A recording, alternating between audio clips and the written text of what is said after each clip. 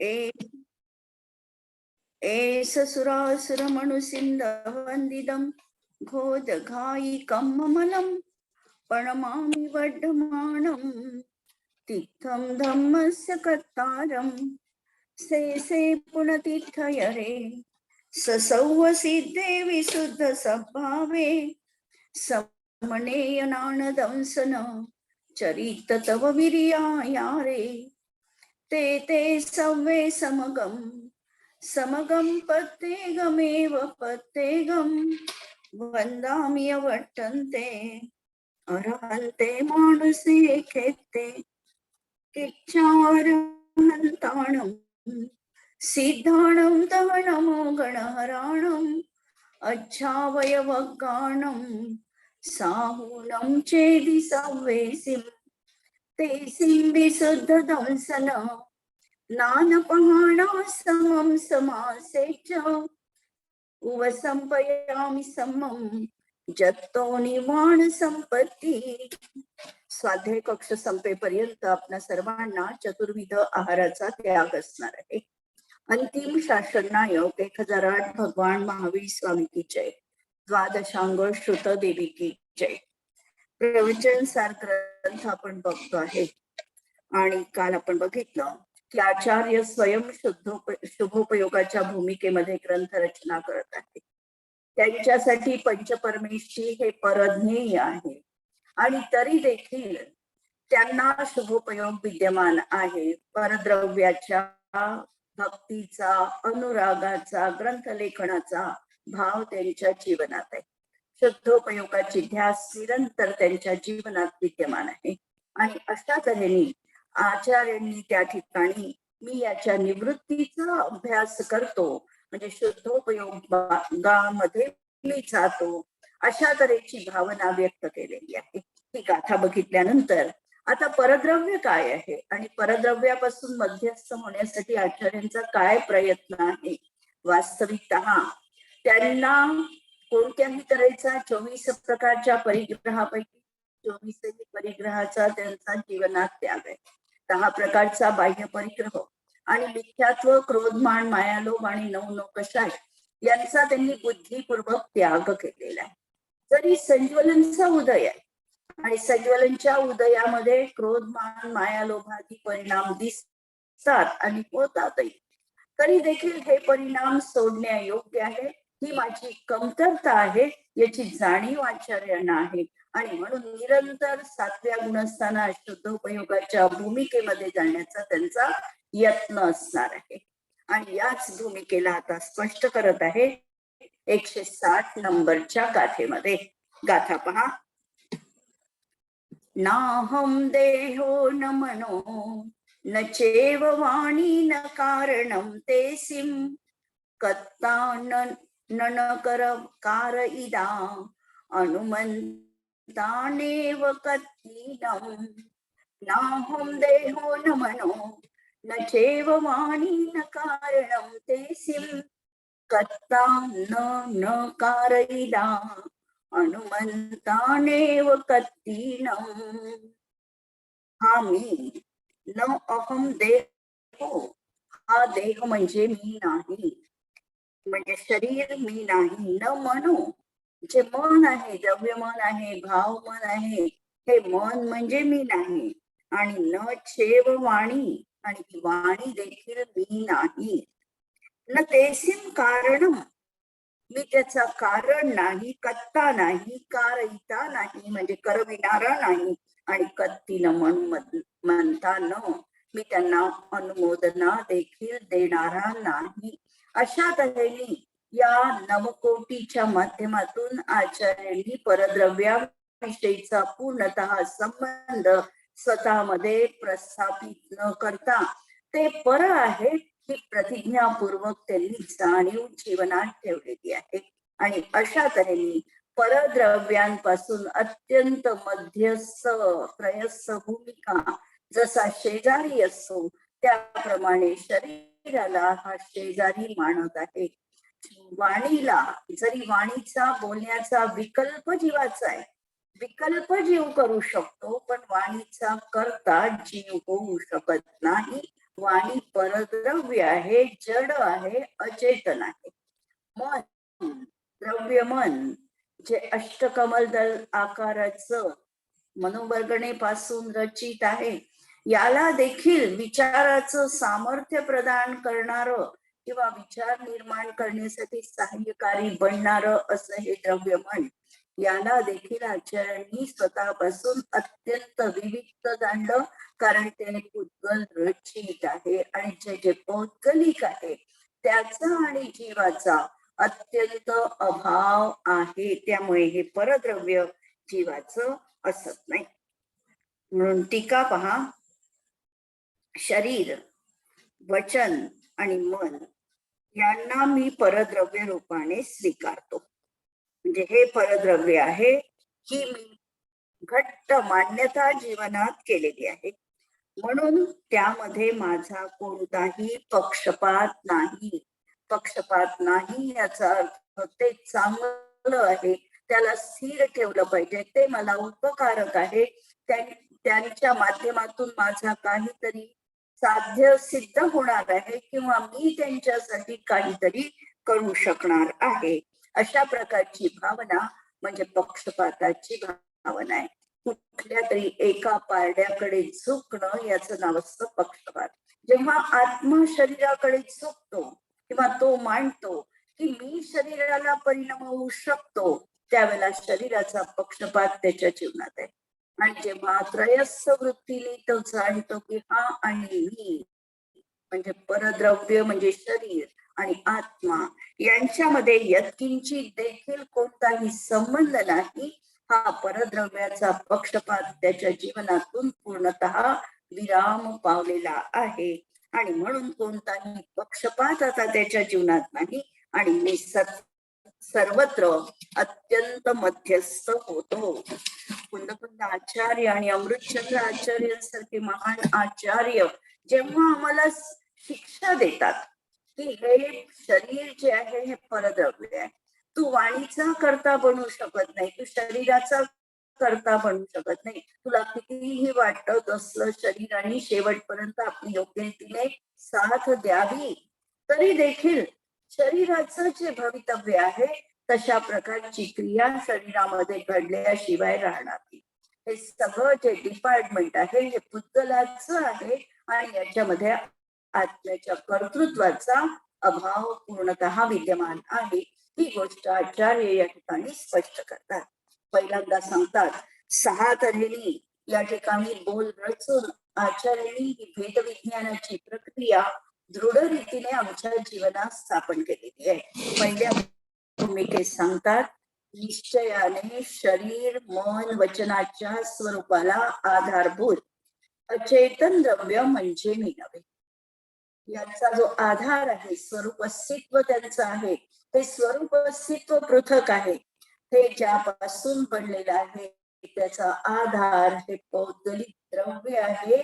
मी त्याचा आधार असू शकत नाही. माझ्या आधाराशिवायच या शरीर वचन आणि कायेचं परिणमन सुरू आहे.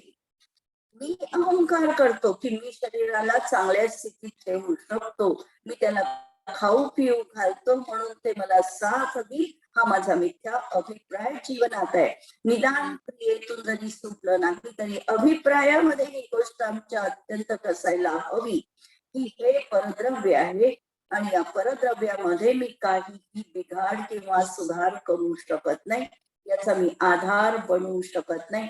याचा आधार स्वयं पुद्गलच आहे, जीव त्याचा आधार नाही.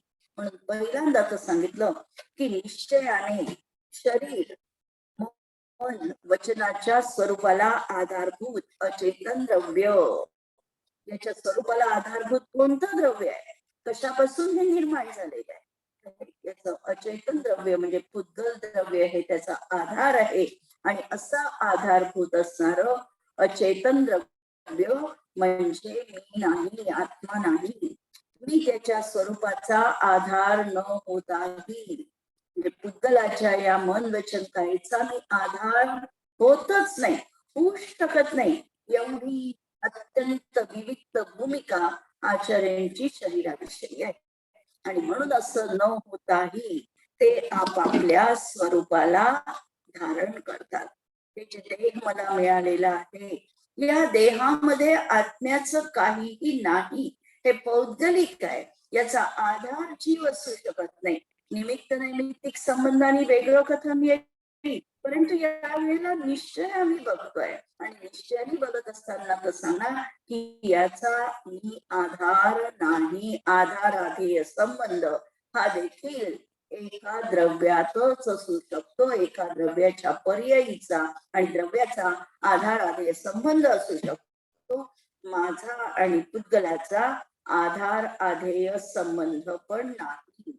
मी जरी असं म्हणत असते की टेबलाच्या आधाराने पुस्तक आहे, आधार आधेय संबंध या ठिकाणी दोन द्रव्यात मी जरी मान्य केला असला तरी पुस्तक स्वतंत्र रीतीने स्वतःच्या आधाराने आहे, टेबलाच्या आधाराने नाही, हा निश्चय आहे.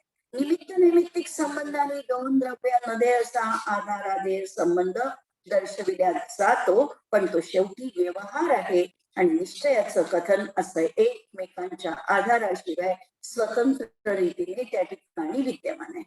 एवढंच नव्हे तर स्कंदरूप दशेमध्ये सुद्धा अनेक परमाणूंचा बंध असताना सुद्धा परमाणू परमाणू स्वतंत्र रीतीने त्या ठिकाणी आपापलंच कार्य करत आहे. पुरण आणि गलनाची प्रक्रिया स्कंदामध्ये निरंतर सुरू असते. त्यावेळेला जे परमाणू निघून जातात ते स्वतंत्र रीतीने निघून जातात आणि दुसरे परमाणू त्या ठिकाणी स्वतंत्र रूपाने त्या वस्तूमध्ये मिसळतात. म्हणजे एकमेक त्यांचा असा आधार संबंध नाही. पहिली ती गोष्ट सांगितली आणि म्हणून सांगतात की मी मन वचन कायेचा पक्षपात सोडून अत्यंत मध्यस्थ होतो. दुसऱ्या भूमिकेत आचार्य परत भेद विज्ञान स्वतःमध्ये दृढ करतात आणि आम्हालाही तशी प्रेरणा देतात की शरीर वचन मनाला कारणभूत अचेतन द्रव्य म्हणजे मी नाही. आता या शरीराची जी निर्मिती झाली त्याचं उपादान कारण काय याचा विचार केला तर याचं कारण असणार आहे आहार वर्गणा. आहार वर्गणेपासून या शरीराची निर्मिती झाली. श्वासोश्वासाची निर्मिती ही आहार वर्गणेपासून झालेली आहे. श्वासोश्वासामुळे व्यक्ती जीवित राहतो, हा व्यवहार आहे आणि श्वासोश्वासाशिवाय देखील चेतन रूप प्राणाने हा जीवित असतो, हा निश्चय आहे. शरीराचा आधार असणार किंवा शरीर ज्याच्यापासून निर्माण झालं ते आहार वर्गणा. नंतर वचन ज्याच्यापासून निर्माण झालेलं आहे ती भाषा वर्गणा आणि मन ज्याच्यापासून निर्माण झालं ती मनोवर्गणा. अशा या कारणभूत अचेतन द्रव्य, म्हणून याचं कारण आहे अचेतन द्रव्य. जे ज्याच्यापासून बनलं ते त्याचं कारण म्हटलं जातं. शरीर असं नामकर्म रचित आहार वर्गणेने निर्माण झालं, म्हणून शरीराचं कारण आहार वर्गणा. म्हणून अशा तऱ्हेने हे अचेतन द्रव्य म्हणजे मी नाही, कारण जीव आणि पुद्गल यांच्यामध्ये दोन द्रव्यांमध्ये अत्यंत अभाव असतो, म्हणून ते द्रव्य म्हणजे मी नाही. मी कारण न होताही ते स्वयं कार्यरूप आहे, त्या तिहींचे कारण ते स्वयं आहे. म्हणून त्यांच्या कारणपणाचा पक्षपात सोडून मी हा अत्यंत मध्यस्थ होतो. म्हणून मला आता त्या ठिकाणी कारणात्वाचाही स्वतःकडे उपचार घ्यायचा नाही, मी त्याचं कारण पण नाही. तिसरं सांगितलं मन वचन कायेला करणारे स्वतंत्र अशा अचेतन द्रव्य म्हणजे मी नव्हे. मी केल्याशिवायच ती केली जाते, म्हणजे मला त्याचा कर्ता देखील बनायचं नाही. कर्ता कोण याचा प्रश्न आम्हाला सोडवायचा आहे. परिणामती सकर्ता, जो परिणामन करतो तो त्याचा कर्ता असतो. तांदूळच भात रूप परिणत झाला म्हणून भाताचा कर्ता तांदूळ आहे.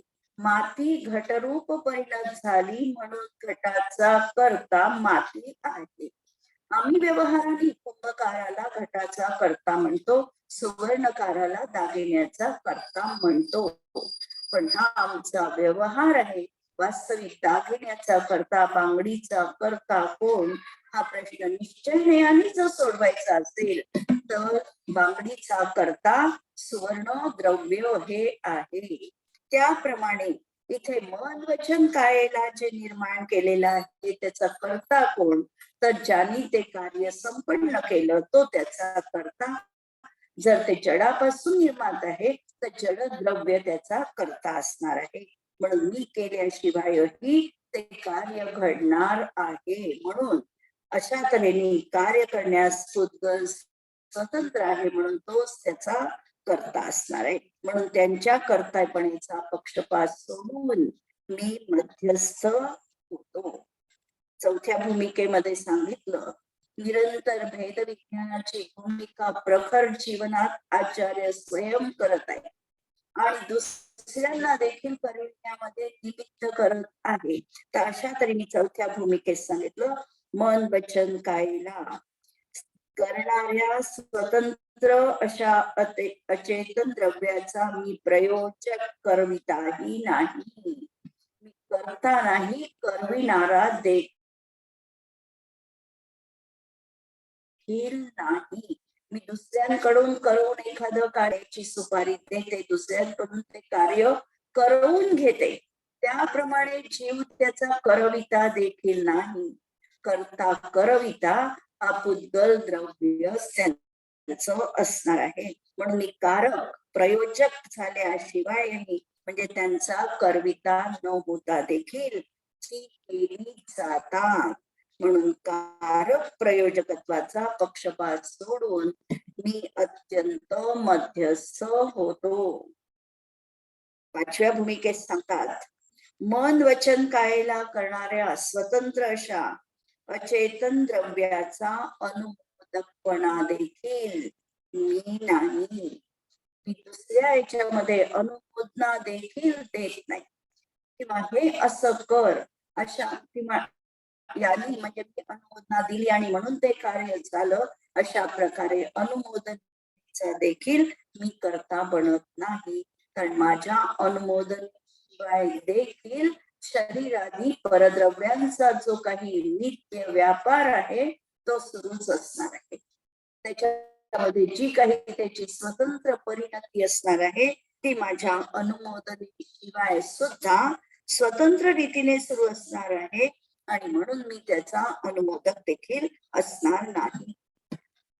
म्हणून त्यांच्या कर्त्याच्या अनुमोदकपणाचा पक्षपात सोडून हा मी अत्यंत मध्यस्थ होतो. अशा तऱ्हेने या गाथेमध्ये ही भूमिका स्पष्ट केलेली आहे की हे जे परद्रव्य आहे, कारण आचार्यांनी त्या ठिकाणी 159 गाथेमध्ये सांगितलेलं होतं की मी जो अशुद्धोपयोग आहे या अशुद्धोपयोगाच्या नाशाचा अभ्यास करत आहे, करविता आहे. आणि यामध्ये सांगितलं की शरीरादी परद्रव्य, शरीरादी मध्ये पूर्ण शरीर मन वचन काय तिन्ही पण लावून घ्यायचं. शरीर म्हणजे नो कर्म आणि नो कर्मामध्ये मन वचन काय हे सर्व माझ्यासाठी परद्रव्य आहे. यांच्या कुठल्याही आम्हाला पक्षपात माझ्या जीवनामध्ये आता नाही. अशा तऱ्हेने हा भाव या गाथेमध्ये आचार्यांनी स्पष्ट केलेला आहे. पहा ही गाथा. या गाथेमध्ये शरीरादी परद्रव्यांमध्ये मध्यस्थ भाव दर्शवून मन वचन काय परद्रव्य आहे हे सांगितले.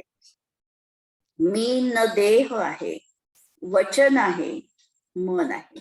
मी मन वचन यांचं कारण नाही, करता नाही, करविणारा नाही, अनुमोदक पण नाही. हे परद्रव्य आहे आणि मी यांच्या बाबतीत मध्यस्थ आहे. मी शरीर, वाणी आणि मन यांचे कारण रूप अचेतन द्रव्य नाही, कारण मी त्यांच्या निर्माणाचं कारण नाही. ते स्वतः माझ्याशिवाय त्या स्वरूपाला प्राप्त झालेले आहे.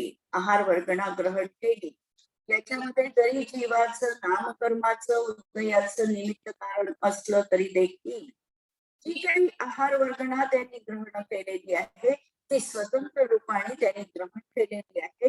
त्याच्यामध्ये जीवाचं व्यक्तीचे देखील कर्तृत्व असत नाही. निवृत्त अपर्याप्त असेल ज्यावेळेला तो अशा प्रकारे शरीराची रचना निर्माण करतो त्यावेळेला देखील कोणत्याही तऱ्हेचं शरीराविषयीचं कारण त्या ठिकाणी असत नाही.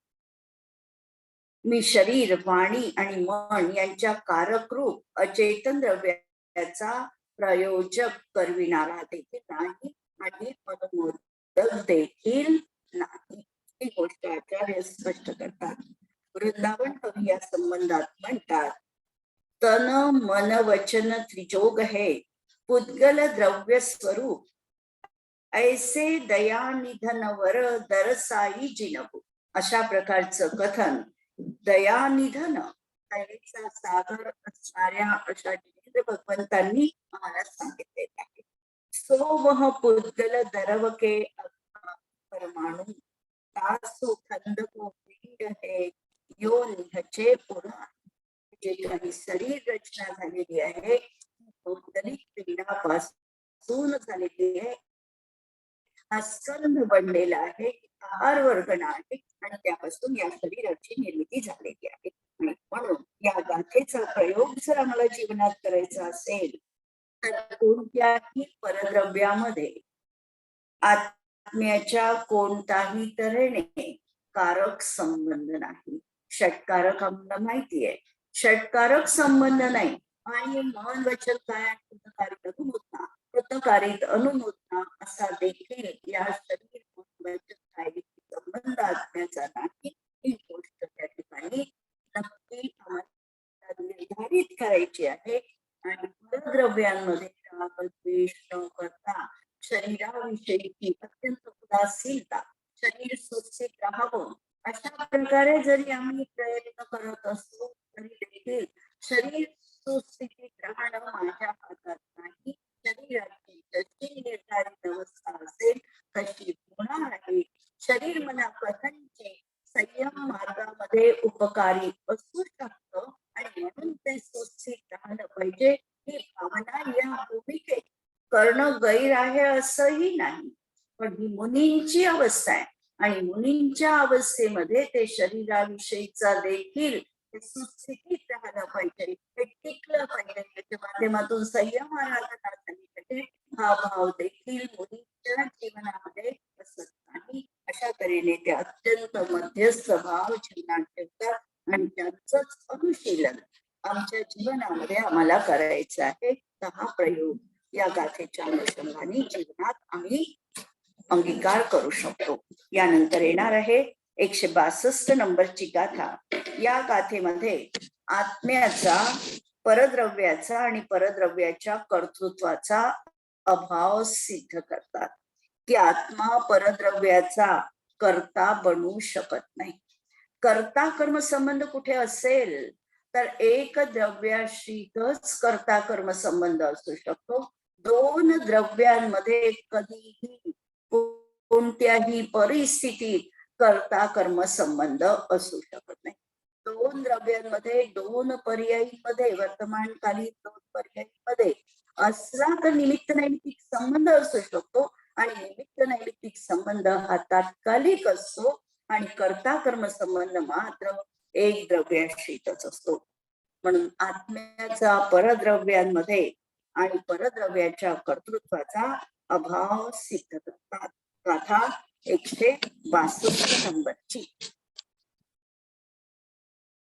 161 नंबरची गाथा आपली राहिलेली आहे. मन वचन काय हे परद्रव्य आहे हे पहिल्यांदा सांगतात. 161 नंबरची गाथा.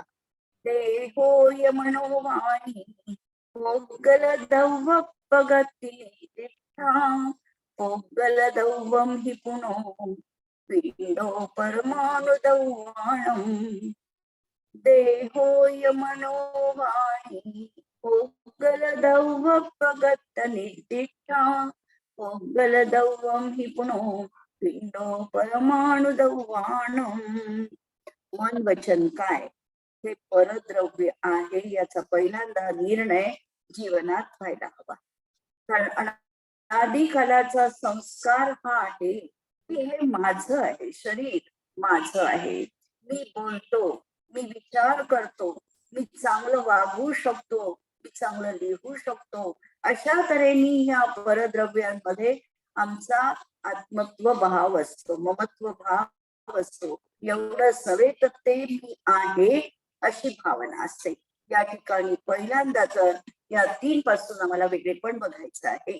देह मी नाही, वचन मी नाही आणि मन हे देखील मी नाही. ते तिन्ही अपि परद्रव्यम, हे तीनही परद्रव्य आहेत.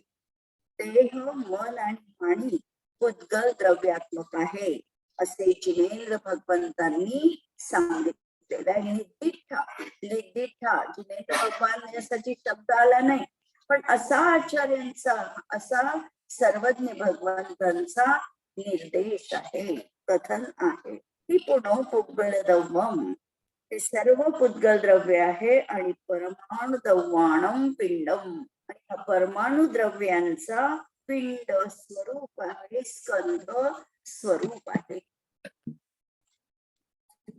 टीका पहा.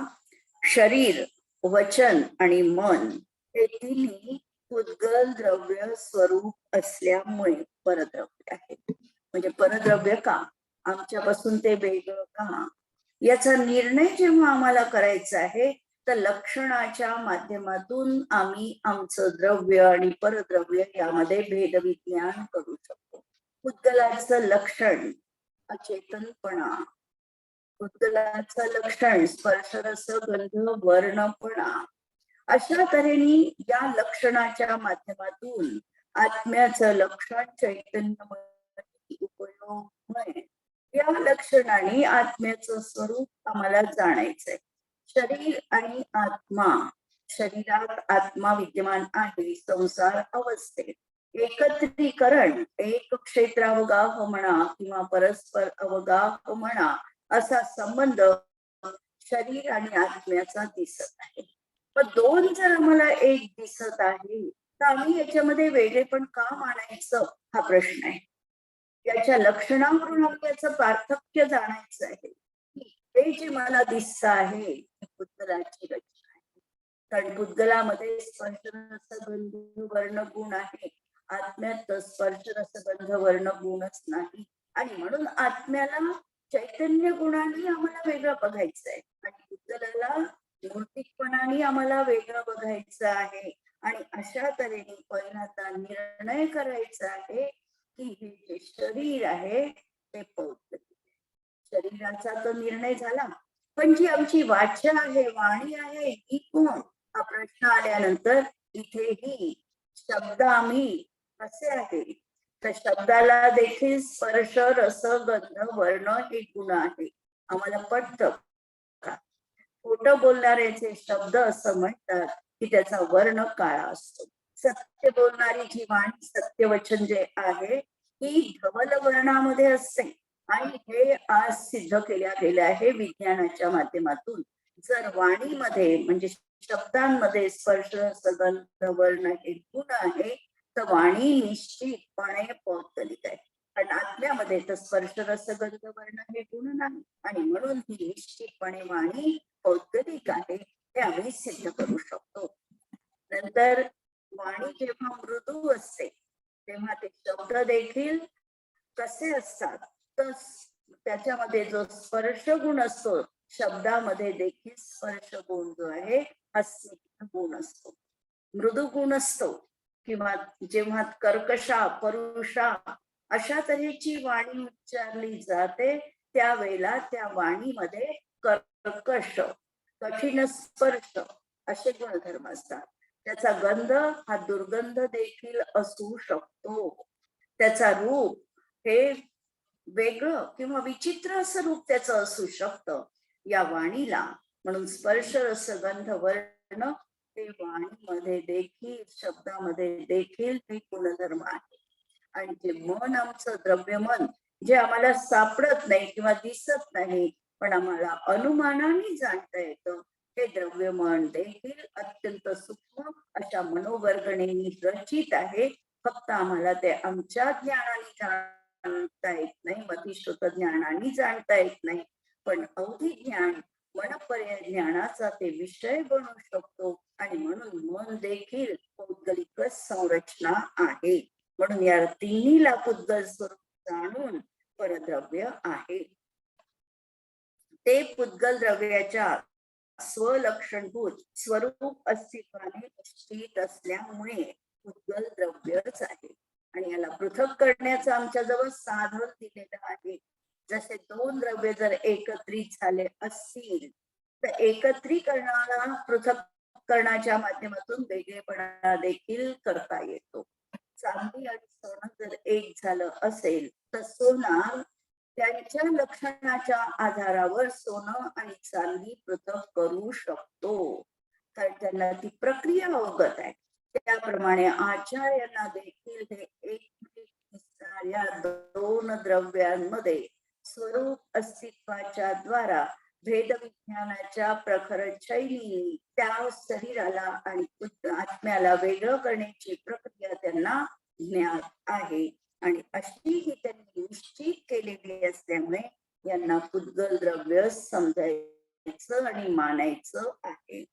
तशा स्वरूपाचं पुद्गल द्रव्य म्हणजे अनेक परमाणु द्रव्यांच्या एक स्कंद रूपाने असणारा परिणाम आहे. आणि हे जे पुद्गल द्रव्य आहे अनेक परमाणूंचा स्कंद आहे हा. आणि असा हा एक स्कंद त्या ठिकाणी आहे, म्हणून जणू एकच आहे. कारण अनेकामध्ये एकत्वाची प्रतिपत्ती यालाच त्या ठिकाणी स्कंद म्हटलेला आहे. अनेक परमाणूच्या बंधामध्ये एकत्वाची प्रतिपत्ती येते आहे. हा स्कंदरूप पर्याय एक रूप वाटत असला एकच आहे असं म्हटल्या गेलं तरी अनेक परमाणू द्रव्यांच्या स्वलक्षणभूत स्वरूप अस्तित्वाची अनेकता असतानाही तरी देखील या शरीराच्या निर्मितीसाठी अनंत परमाणूंचा संध त्या ठिकाणी उपयोगी झाला आहे. अनंत परमाणूच्या संधाने ही शरीराची रचना झालेली आहे. भलाही त्या ठिकाणी ती एक रूप एकता दाखवत आहे, एकसारखं आहे, म्हणून कथनचित एक रूपाने अवभासी होते. अशा तऱ्हेचा ही गाथा आपण बघितली. आणि या गाथेमध्ये थोडक्यात हे सांगितलेलं आहे की आम्हाला स्वरूप अस्तित्वाच्या माध्यमातून आत्मद्रव्य आणि परद्रव्य यांचं लक्षण जाणून घ्यायचं. आत्मा चेतन रूप आहे, शरीर अचेतन रूप आहे. आत्मा जाणणारा आहे, शरीर जाणण्या योग्य आहे. आत्मा अमूर्तिक आहे, शरीर मूर्तिक आहे.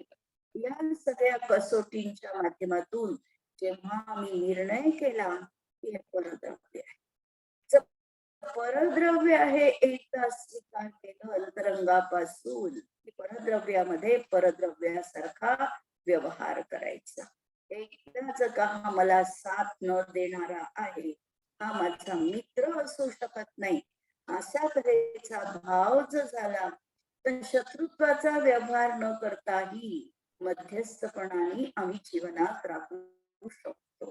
हा जो आहे शरीर, हे शरीर इथे न मित्रत्वाचा भाव न शत्रुत्वाचा भाव. कुणी प्रश्न केला शरीर आमचा मित्र आहे की शत्रू आहे, तर न आमचा हा शत्रू आहे न मित्र आहे.